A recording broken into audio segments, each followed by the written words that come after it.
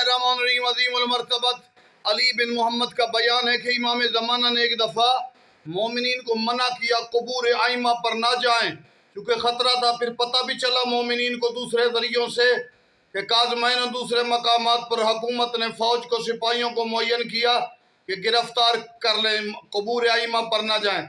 तो इमाम ज़माना ने मदद भी की, मुश्किल वक्त में ज़ालिम बादशाहों से बचाया भी सही। आज भी रुकावटें बनी हुई हैं, लोग कबूर पर मुश्किल से जा रहे हैं।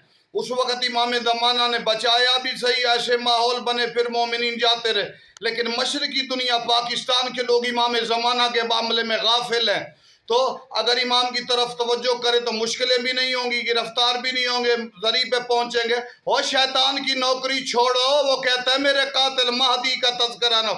इमाम ज़माना को याद करो, उनके आबा व अजदाद की कबूर पर पहुंचोगे और बाकी मुश्किलें भी हल होगी महदी आका की मदद की वजह से।